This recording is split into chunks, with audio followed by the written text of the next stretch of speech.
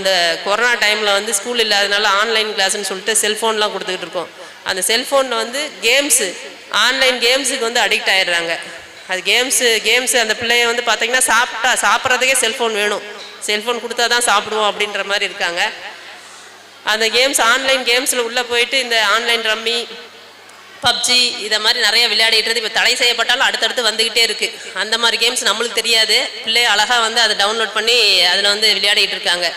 அந்த மாதிரி கேம்ஸுக்கு வந்து அடிக்ட் ஆகிடக்கூடாது. அதையும் வந்து கவனிங்க. ரொம்ப நேரம் அவங்க கையில் வந்து செல்ஃபோன் தராதிங்க, ஆண்ட்ராய்டு செல்ஃபோனோ இதெல்லாம் வந்து தராதிங்க. அப்படி பார்த்தாங்கனாலும் அவங்களோட ஹிஸ்ட்ரி என்ன பார்த்துருக்கான்றதை செக் பண்ணுங்கள். பொம்பளை பிள்ளைகளாக இருந்தாலும் இந்த ஃபேஸ்புக்லேயோ அதே போல் வாட்ஸ்அப்லேயோ உங்களுடைய ஃபோட்டோஸை வந்து ப்ரொஃபைலில் வைக்காதீங்க. அதை வந்து மாஃபிங் பண்ணி தவறாக வந்து பயன்படுத்துறதுக்கான வழி என்னமோ வகுத்து கொடுத்த மாதிரி ஆயிரும். லேடிஸும் முடிஞ்ச மட்டும் வந்து இந்த மாதிரி வந்து ஆன்லைனில், இன்ஸ்டாகிராமில் இதெல்லாம் வந்து உங்களுடைய ஃபோட்டோஸை வந்து வெளியிட